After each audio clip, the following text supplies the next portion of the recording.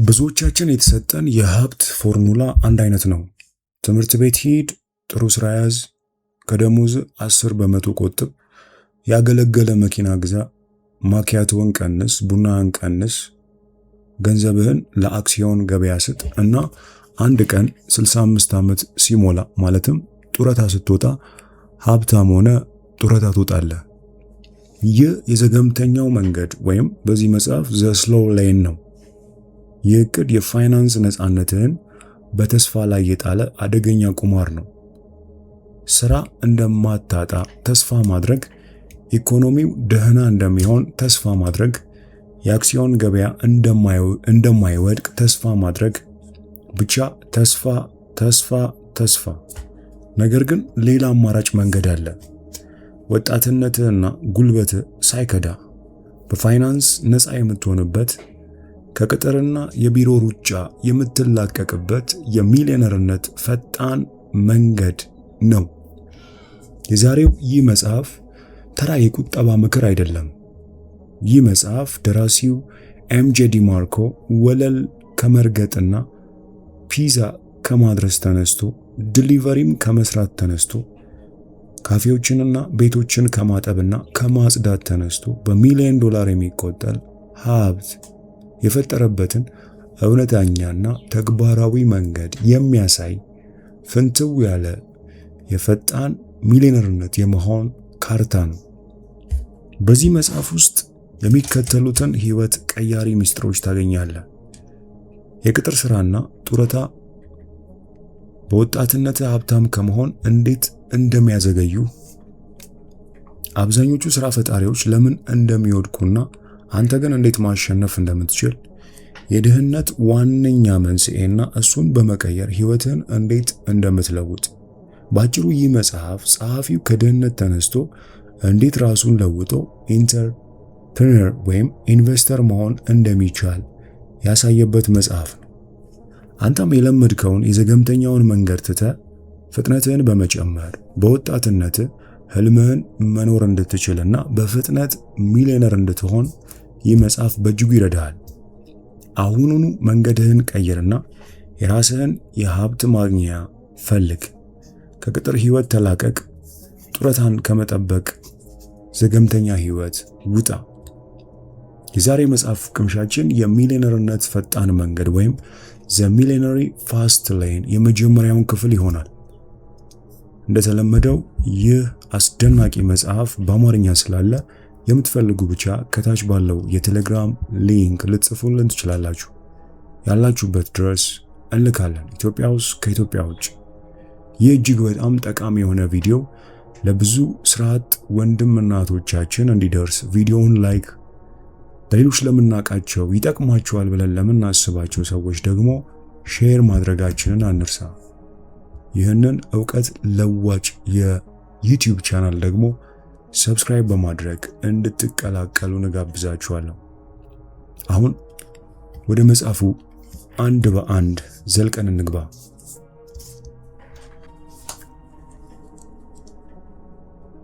ጥቂት መጽሐፍት ብቻ ናቸው የዚህን አይነት የሚሊዮነርነት ፈጣን መንገድ ያህል የነኩኝ፣ ያንቀሳቀሱኝና ያነሳሱኝ። ይህ መጽሐፍ በንግዴ እንዲሁም በህይወቴ ውስጥ ያንን ቀመር በመገንባት በማዳበርና በመተግበር ረገድ የአስተሳሰብ ሂደቶቼን አብራርቶልኛል። በሁለተኛ ደረጃ ትምህርት ቤት ደካማ ተማሪ የነበርኩ ቢሆንም ወደ $2 ሚሊዮን የሚጠጋ ዓመታዊ ገቢ እንድፈጠርና ሀብት እንድጨምር በእጅጉ ረድቶኛል። ይህ ቀላል አይደለም፣ ግን ቀላል ነው። በዚህ መጽሐፍ ውስጥ ያለው ምክርና የፈጣን መንገድ መርሆች ህይወቴን እንደለወጡት መናገር ሐሳቤን በሚገባው ልክ ሊገልጽልኝ አይችልም። የተሻለ ህይወት እንዳለ አውቅ ነበር፣ ነገር ግን እንዴት እንደምደርስ ተስፋ ቆርጬ ነበር። በዚህ መጽሐፍ ውስጥ ይህንን ነገር ካነበብኩ በኋላ ሁሉም ነገር ለኔ ግልጽ መሆን ጀመረ። ከደሞዝ እስከ ደሞዝ ለምን እንደምኖር መጠየቅ ጀመሩ። ከዚያ ለመውጣት ወሰንኩ። ከ4 ዓመታት በኋላ የተጣራ ሀብቴን 4 እጥፍ አድርጌያለሁ። ባለፉት ጥቂት ዓመታት ውስጥ በ30ዎቹ የዕድሜ ክልል ውስጥ ካሉ ብዙ ጓደኞቼ የበለጠ ከማጠራቀም አልፌ ኢንቨስት አድርጌያለሁ። ለ40 ዓመታት የራሴ ንግድ ነበረኝ። በመቶዎች የሚቆጠሩ መጽሐፍትን አንብቤያለሁ። ካነበብኳቸው በመቶዎች ከሚቆጠሩ የንግድ መጽሐፍት መካከል አንዳቸውም ቢሆን እንደዚህ እንደ ኤምጄ ዲማርኮ አይነት መጽሐፍ አላገኘውም። በሁለቱ መጽሐፍቱ ያሳየውን ቀልድ፣ ግልጽነትና ጥበብ አቅርበው አያውቁም። የተሻለ መንገድ እየፈለግ ከሆነ ወደ ትክክለኛው ቦታ ይህ መጽሐፍ ያደርሳል። እባክህ ሌላ ጊዜ አታባክን። ይህንን መጽሐፍ ማንበብ አለብህ አሁኑኑ። ይህ መጽሐፍ ከማንበቤ በፊት ፍጹም የሆነውን የከተማ ዳርቻ ህልም እየኖርኩ ነበር። ጥሩ ሥራ፣ በየጡረታ ኢንቨስት ማድረግ፣ ገንዘብ ማከማቸት፣ አቅሜ የማይችለውን ቤት መግዛትና በተማሪ ብድር ዕዳ ውስጥ መስጠም እየኖርኩ ነበር። ያኔ ነው ስለ ስሎው ሌን የተማርኩት። በዚያ መሰረት በ40 ዓመት ጉዞ የትም አልደርስም ነበር። ይህ መጽሐፍ እያንዳንዱ ገጽ እንደ ጡጫ ሆኖ ሆዴን ነካኝ። እንደ አሜሪካዊ ጎልማሳ ከኔ ምን እንደሚጠበቅ ያለኝን እምነት አናወጠው። ነገር ግን በውስጤ አንድ ጥልቅ ነገር አወጣ፣ የራሴን እድል ለመቆጣጠርና ውርስ ለመፍጠር ያለኝን ፍላጎት። ስለዚህ ይህንን መጽሐፍ ተቀላቀልኩና ተማርኩ። ከአንድ ዓመት የመማር የመሞከርና የማሰላሰል ሂደት በኋላ የራሴን ንግድ ጀመርኩ። ከአንድ ዓመት በኋላ በአገር አቀፍ ደረጃ የሚሰራጭና በምድቤ ውስጥ ትልቅ ተዋናይ ለመሆን ያበቃኝን የጤና ምግብ ኩባንያ አቋቋምኩ። እስካሁን ሚሊዮነር አልሆንኩም፣ ነገር ግን አረንጓዴ ምልክቴ በርቷል። እናም ወደ ፈጣን መንገድ እየተቀላቀልኩ ነው። እመኑኝ፣ ካነበብኳቸው ምርጥ መጽሐፍት ይህ አንዱ ነው። ሰዎች ለስኬት አቋራጭ መንገድ የለም ይላሉ፣ ነገር ግን ይህ መጽሐፍ በእውነት ብቸኛው አቋራጭ መንገድ ነው ብዬ አስባለሁ። ገና ካላነበብከው አንብበው፣ ካነበብከው ደግሞ ቢያንስ በዓመት አንድ ጊዜ እንደገና አንብበው። በየጊዜው በፊት ያላስተዋልከውን አዲስ ወርቃማ ነገር ታገኝበታለህ። ይህ መጽሐፍ ለንግድ ሥራ አንኳር መጽሐፍ ነው። የንግድ መጽሐፍ ወይም የንግድ መጽሐፍ ቅዱስ አድርገህ ቁጠረው። አስደናቂ የሚለው ቃል ብቻ ለዚህ መጽሐፍ ያለኝ ቃል ነው። መጽሐፉ በነበረው ተጽዕኖ ምክንያት ሌሊት ላይ ብዙ ጊዜ ያነቃኝ ነበር። ከራስ ልማት መጽሐፍ ወይም ሰልፍ ሄልፕ መጽሐፍ ያገኘሁት ዕውቀት በሙሉ መልሼ አንዱን ብቻ እንዲይዝ ብገደድ ይህንን መጽሐፍ እመርጣለሁ። በመጽሐፍ ውስጥ ያሉትን የአስተሳሰብ ለውጦች እጅግ በጣም አስደናቂ ናቸው። በቀደመው ጊዜ ውስጥ ብኖር ኖሮ ይህ ማህበራዊ እንቅስቃሴን ለመከላከልና ማህበራዊ ደረጃን ለመጠበቅ የተከለከለ ዕውቀት ተደርጎ ይወሰድ ነበር የሚል ስሜት ይሰማኛል። ለዘመናችን መገለጫ የሰጠኝን የዚህን መጽሐፍ ደራጂ ኤምጄ ዲማርኮን አመሰግናለሁ። ዋው! ይህ መጽሐፍ ካነበብኳቸው በጣም ድንቅ የንግድ መጽሐፍት አንዱ ነው። የመንግስት ፖሊሲ ሆኖ እያንዳንዱ ወጣት 16 ዓመት ሲሞላው ግዴታ እንዲያነበው መደረግ አለበት። የዚህ መጽሐፍ ደራሲ ኤምጄ ሐሳቦቹን የሚያቀርብበት ግልጽነትና የሚጠቀማቸው ምሳሌዎች ልዩ ናቸው። እንዲህ አይነቱን መጽሐፍ ለዓለም ስላመጣለን ኤምጄን አመሰግነዋለሁ። ለብዙ ዓመታት ምናልባትም ለብዙ መቶ ዓመታት ዝነኛ ሆኖ እንደሚቆይ እርግጠኛ ነኝ። የዚህ መጽሐፍ ፍቺዎች ፍጹም አበረታታች ናቸው። በዛሬው ዓለም ውስጥ ነፃነትን 100% ሊገኝ የሚችል አድርጎ አቅርቦታል። ይህ መጽሐፍ ስለ ንግድ ሕይወት ትክክለኛ መደምደሚያ ላይ ደርሻለሁ ብዬ አስብ ነበር። ነገር ግን ይህ መጽሐፍ ለእውነተኛ አስተሳሰብ ለውጥ ሁሉንም ነገር በአንድ ላይ አሳይቶኛል። በዚህ መጽሐፍ እያንዳንዱ ምዕራፍ 2 ጊዜ አንብቡት። ልክ ከ20 ዓመታት ኮማ ነቅቼ ፊቴ ላይ መብራት እንደበራብኝ ያህል ነበር የተሰማኝ መጀመሪያ ጊዜ ሳነበው። እነዚህ ከባድ እውነታዎች የታሰበውን አደረጉ። ስለ ፋይናንስ መንገዴ ወይም እጦቱ የማውቀው ሁሉ ተፈታተኑት፣ ለወጡት። $1 ዋጋ እየቀነሰ ባለበት ጊዜ ለብዙ 10 ዓመታት በሰዓት የደሞዝ ገደቦችና ቁጠባ ላይ ስላለኝ እይታ እውነተኛ እርማት ሰጠኝ። ከዚህ በኋላ 5-2 መለወጥ የለም። ኤምጄ ስላነቃኝ አመሰግናለሁ። ቀደም ሲል ያቀረብኩላችሁ ስለዚህ መጽሐፍ ስለ ሚሊዮነርነት ፈጣን መንገድ የተሰጡ አስደናቂ አስተያየቶችን ነው። እናንተም ይህን የመጽሐፍ ቅምሻ ሰምታችሁ ስለዚህ መጽሐፍ ያላችሁን ሐሳብና አስተያየት ኮሜንት ላይ ጻፉልኝ። የሚሊዮነርነት ፈጣን መንገድ ከብዙ ዓመታት በፊት ወፍራም ታዳጊ ሳለው ካጋጠመኝ አንድ ክስተት የመነጨ ነው። የፈጣን መንገድ ግንዛቤ ብልጭታ ላምቦርጊኒ ካውንታችን በሚነዳ እንግዳ ሰው ምክንያት የተፈጠረ መገለጥ ነበር። ፈጣኑ መንገድ የተወለደውም ያኔ ነው። ሀብት ለማፍራት ለ50 ዓመታት የፋይናንስ መካከለኛነት ላይ መቆየት፣ ለ10 ዓመታት መስራት፣ ገንዘብ ማጠራቀም፣ ስስታም መሆንና የ8 በመቶ የአክሲዮን ገበያን ትርፍ ላይ መተማመንና መወሰን የሚያስወግደው ብልጭታ ነው። ይህ መጽሐፍ የላምቦርጊኒ ስም ብዙ ጊዜ ይጠቅሳል። የላምቦርጊኒ ምልክት በሕይወቴ ውስጥ የትንቢት ፍጻሜን ይወክላል። የመጀመሪያውን ላምቦርጊኒ ባየው ጊዜ ከምቾት ቀጠናዬ ያስወጣኝ። ወጣቱን ባለቤት አንድ ቀላል ጥያቄ ጠየቅኩት። እንዴት እንዲህ አይነት ድንቅ መኪና ወይም ላምቦርጊኒ ማግኘት ወይም መግዛት ቻልክ? በዚህ መጽሐፍ ምዕራፍ 2 ላይ የምናገኘው መልሱ አጭርና ኃይለኛ ነበር፣ ግን ከዚህ የበለጠ ቢለኝ እመኝ ነበር። ያ ወጣት ለአንድ ሰዓት፣ አንድ ቀን ወይም አንድ ሳምንት ከኔ ጋር ቢነጋገር እመኝ ነበር። ያ እንግዳ ሰው ላምቦርጊኒ የሚወክለው ነው ብዬ ያሰብኩትን ሀብትን እንዴት ማግኘት እንደምችል ቢመክረኝና እጁን ወደ መኪናው ሰድዶ አንድ መጽሐፍ ቢሰጠኝ እመኝ ነበር። ከዓመታት በኋላ ተመሳሳይ ጊዜን በተገላቢጦሽ ሚና እንደገና አሳልፌያለሁ። እየጨመረ የመጣውን የፈጣን መንገድ ስኬቴን ለማክበር የመጀመሪያዬን ያልተለመደ መኪና ላምቦርጊኒ ዲያብሎ በመባል የሚታወቀውን ገዛው። አብዛኛው ሰው ከሚኖርበት ቤት የበለጠ ዋጋ ያለው መኪና ስትነዳ አይናፋር መሆን አትችልም። ሰዎች በትራፊክ ውስጥ ያባርሩሃል፣ ከኋላ ይከተላሉ፣ አንገታቸውን ያዞራሉ፣ ለአደጋ ያጋልጡሃል። ነዳጅ መሙላት አንድ ክስተት ነው። ሰዎች ፎቶ ያነሳሉ። የተናደዱ የአካባቢ ጥበቃ ባለሙያዎች ክፉኛ ይመለከቱሃል። ብሎም ጥላቻ ያዘሉ ሰዎች የወንድ ብልትን ርዝመት እስከ መገመት ይሄዳሉ። አብዛኛዎቹ ሰዎች ደግሞ ጥያቄዎችን ያቀርባሉ። በጣም ተደጋጋሚዎቹ ጥያቄዎች ከብዙ ዓመታት በፊት እኔ እንደነበርኩት ሁሉ መኪናዬን ከሚመለከቱ ጠያቂ ታዳጊዎች የሚመጡ ናቸው።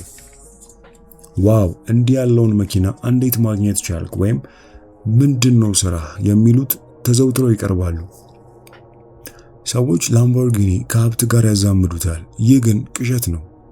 ማንኛውም ደደብ በጣም ውድ የሆነ መኪና ፋይናንስ ማድረግ ይችላል።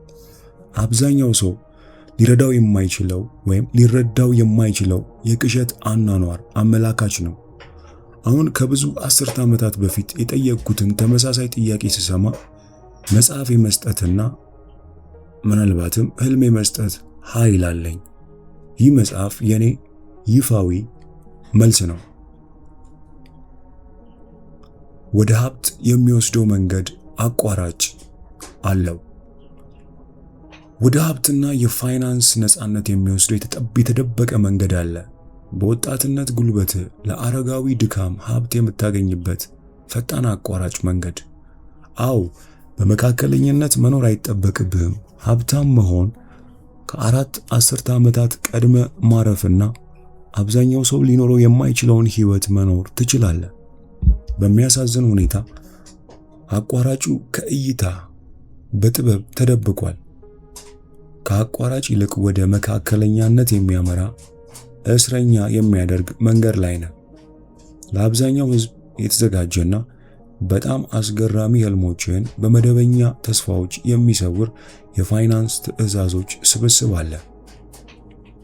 ስለ መንገዱ ስናወራ መንገዱ የፋይናንስ መካከለኛነት ነው። ቀስ ብለ ሀብታም ሁን ወይም ዘገምተኛው መንገድ በመባል ይታወቃል። ያ አሰልቺ ነገር ግን እንደዚህ አይነት ስሜት አለው።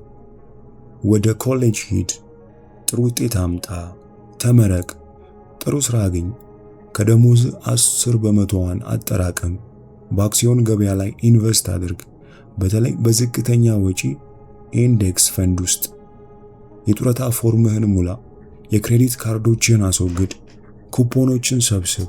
ከዚያ አንድ ቀን 65 ዓመት ሲሞላ ሀብታም ትሆናለህ።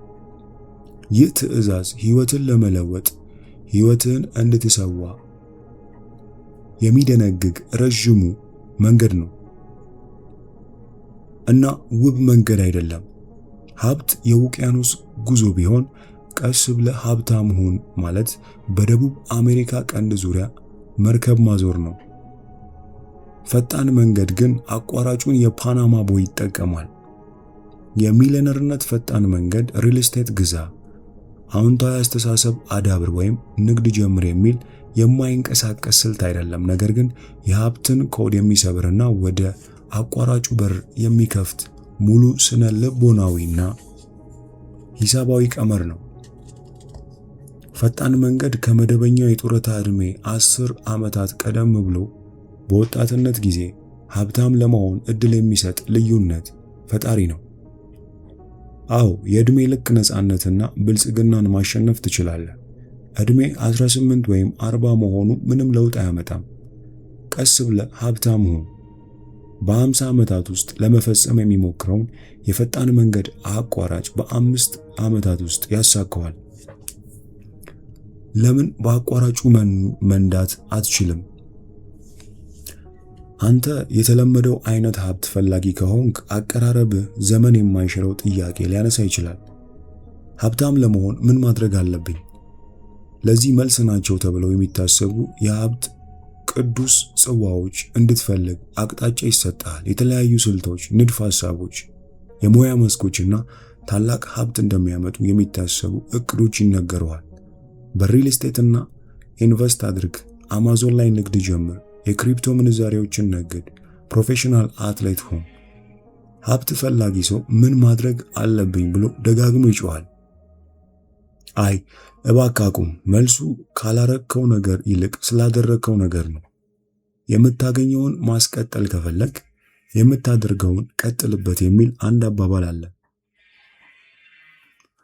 ትርጉሙ ሀብታም ካላረገህ የምታደርገውን አቁም፣ የተለመደውን ጥበብ መከተል አቁም፣ ህዝቡን መከተልና የተሳሳተውን ቀመር መጠቀም አቁም፣ ህልሞችን የሚያስጥለውንና ወደ መካከለኝነት የሚያመራውን የመንገድ ካርታ መከተል አቁም፣ ቅጣት በሚያስከትሉ የፍጥነት ገደቦችና ማለቂያ በሌላቸው ማዞሪያ መንገዶች ላይ መጓዝ አቁም።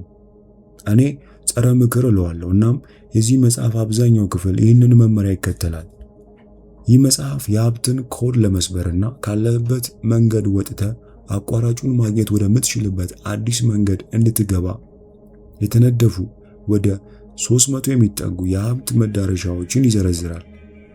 መዳረሻዎቹ የድሮውን የአሰራር፣ የአስተሳሰብና የእምነት መንገዶች የሚያስቆሙና ወደ አዲስ አቅጣጫ እንድታመራ የሚያደርጉ አቅጣጫ ጠቋሚዎች ናቸው። በመሰረቱ የተማርከውን መርሳት አለብህ። ያንተ እውነታ የኔን አይለውጠውም። ይህ ክፍል ጥላቻ ላላቸው ሰዎች ነው። ይህ መጽሐፍ ብዙ ጠንካራ ፍቅር ይዟል። አስተያየት የሚሰጥ ቢሆን በመጨረሻ የራስህን እውነት መፈለግ አለብህ። ፈጣን መንገድ ያስተማሩን ሁሉ ስለሚጥስ ሊያናድድህ፣ ሊሰድብህ ወይም ሊፈታተን ይችላል። የወላጆችህን፣ የአስተማሪዎችህንና የፋይናንስ አማካሪዎችህን ትምህርት ይቃረናል። ማህበረሰቡ የሚወክለውን ሁሉ ስለሚጥስ መካከለኛ አስተሳሰብ ያላቸው ሰዎች ሊቃወሙት እንደሚችሉ እርግጠኛ ሁን። ደግነቱ በፈጣን መንገድ ስልት ላይ ያለህ እምነት ወይም አለማመን ያንተን እንጂ የኔን እውነት አይለውጠውም። ደግሜ ላስታውስ፣ በፈጣን መንገድ ላይ ያለ አስተያየት የኔን እውነት አይለውጠውም፣ ሊለውጡ አይችልም። ዓላማው ያንተን ለመለወጥ ነው። ስለዚህ ስለ እውነታዬ ልንገርህ። በየቀኑ በምስጋናና በደስታ ራሴን አቀናጣለሁ።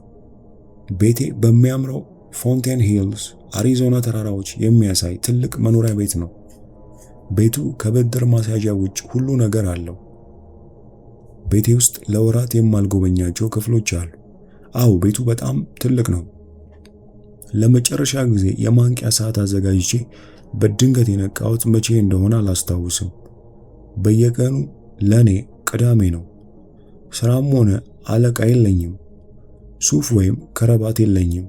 የኮክቴል ወይም የኮሌስትሮል መጠኔ ብዙ ጊዜ የጣሊያን የምግብ ቤቶች ውስጥ እንደምመገብ ያረጋግጣል። ርካሽ ሲጋራዎችን አጨሳለሁ። ይህ እትም እስከወጣበት ጊዜ ድረስ ከ120,000 ማይል በላይ የሄደ የ12 ዓመት ቶዮታ ታኮማ ነዳለሁ። ቀደም ሲል የተለያዩ ያልተለመዱ መኪናዎች በአብዛኛው ላምቦርጊኒዎች የነበሩኝ ቢሆንም ያንን ትዕቢት በአስገራሚ የሰዶ አሪዞና አካባቢ መሬት ተክቼዋለሁ። ያለኝ ብቸኛው መጫወቻ ኤቨረስት ተራራውን መውጣት የሚችል ከመንገድ ውጭ የሚሄድ UTV ነው። ግን የሶዶና ቀይ ድንጋዮች በቂ ናቸው። በኮስትኮት በኮልስ እና ምቹ በሆነች በማንኛውም ሱቅ እገበያያለሁ። አዎ ይህ ዋልማርትንም ይጨምራል። ነገር ግን የመኪና ማቆሚያ ቦታ ባዶ ከሆነ ብቻ ነው። አይ ላምቦርጊኒውን ወደ ዋልማርት አልነዳውም። ያ የጊዜና የቦታ ቀጣይነት መቋረጥን ሊያስከትል ይችላል። $149 በላይ ዋጋ ያለው ሰዓት የለኝም።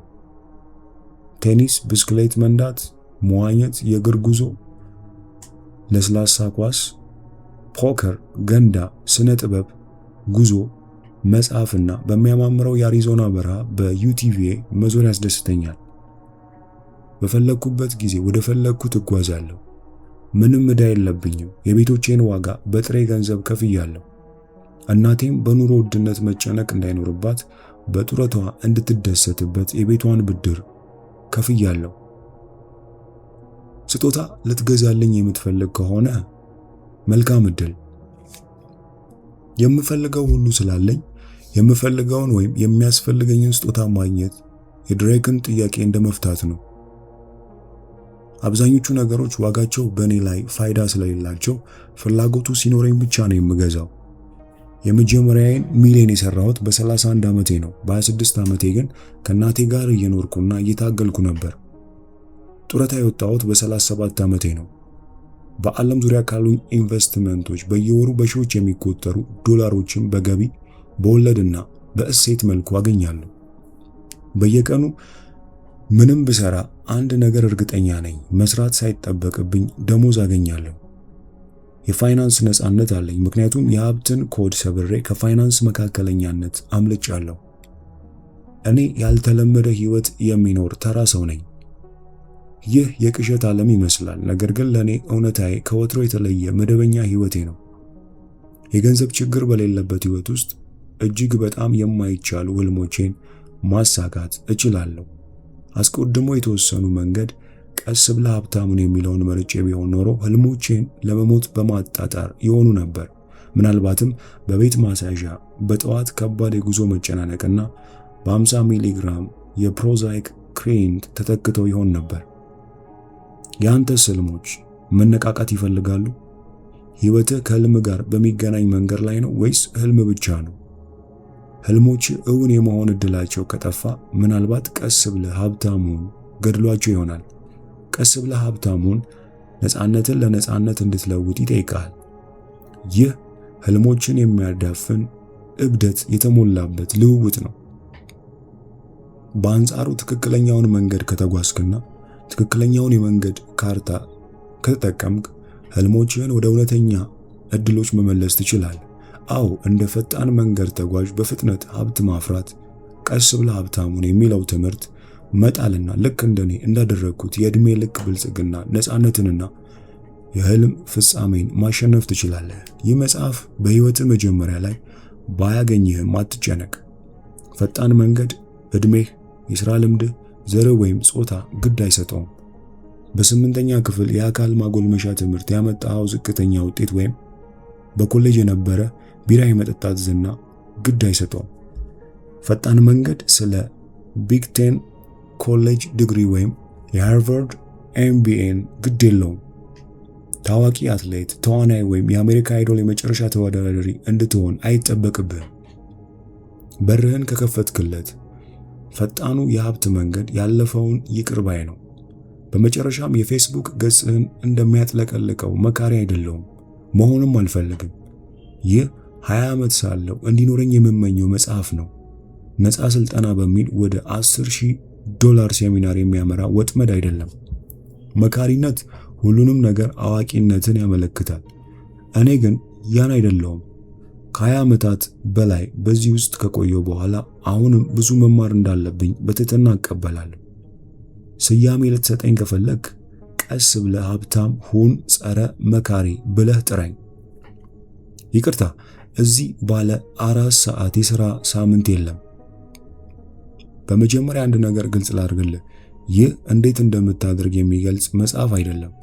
እንዴት እንዳደረግኩት ሁሉንም ነገር አልነግርህም፣ ምክንያቱም እንዴት እንዳደረግኩት መናገር አግባብነት የለውም። ይህ መጽሐፍ ሕይወትህን በውክልና እንድትሰጥ የሚረዱ የድረገጾች ዝርዝር አልያዘም። ስኬት ጉዞ ነው። ባለ 4 ሰዓት የሥራ ሳምንት ሆኖ ወደ ፊሊፒንስ በውክልና ሊሰጥ አይችልም።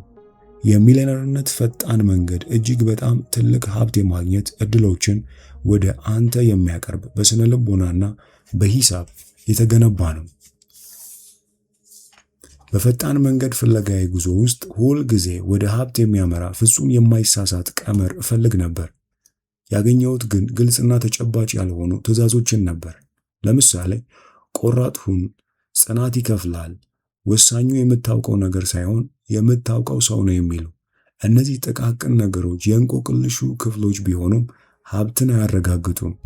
የሚሰራ ቀመር ግልጽ ያልሆኑ መግለጫዎች ሳይሆን የሚሰራ ቀመሮችን ይጠቀማል። ሀብት የሂሳብ ቀመር አለው። እድሎችን ወደ አንተ ለመሳብ የምትጠቀምበት ኮድ አለው።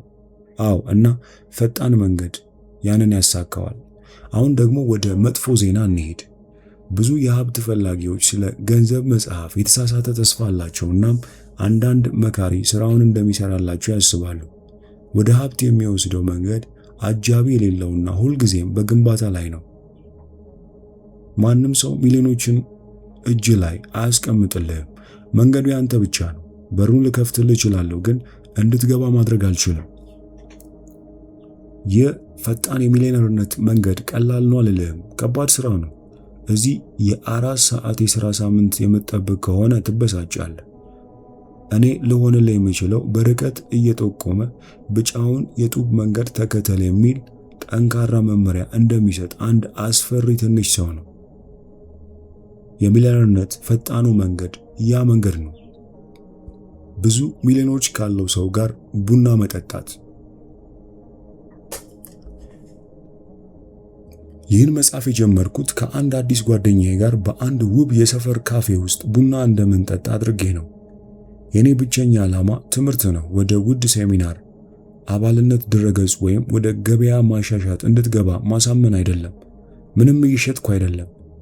ስታገል እንዲኖረኝ የምመኘውን ጥበብ ብቻ ነው። ልክ እንደ ጓደኛዬ ባናግርህም እውነቱን ስነግርህ አንተ ማን እንደሆንክ ምንም ሐሳብ የለኝም።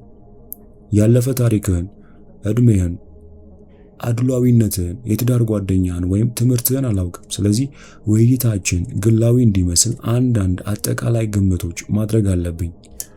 ይህ መጽሐፍ እኔ በግሌ እጅግ በጣም ብዙ የጠቀመኝና ስለ ገንዘብ፣ ቢዝነስ፣ ህይወትና ንግድ በተለየ አመለካከት እይታዬን የቀየረው መጽሐፍ ነው።